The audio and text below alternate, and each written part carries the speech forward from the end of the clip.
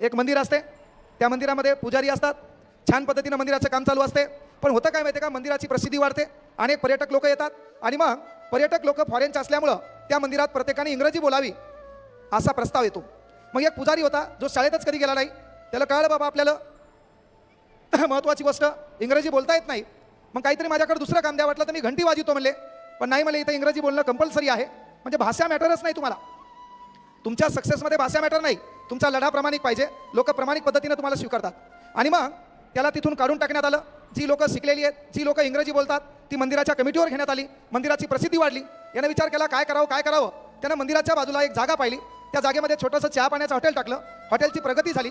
प्रगती होता होता हॉटेलचं पंचतारांकित हॉटेल झालं. फॉरेनचे लोक भेटायला लागले, फॉरेनचे लोक हॉटेलमध्ये यायला लागले, फॉरेनचे लोक तिथं मीटिंग घ्यायला लागले. आणि फॉरेनचे लोक मीटिंग घेत असताना एवढी जी मोठी हॉटेल आहे ही नेमकी बांधली कोणं म्हणून त्याचा शोध घ्यायचा आहे. म्हणून त्या मालकाकडे गेले. मालकाकडे गेल्यावर बाबा आम्ही अनेक संस्थांना डोनेट करतो, तुम्ही पण चांगलं काम करतायत, म्हणून तुम्हालाही काहीतरी द्यायचं आहे, म्हणून हा आमचा ब्लँक चेक आहे, याच्यावर तुम्ही सही करा.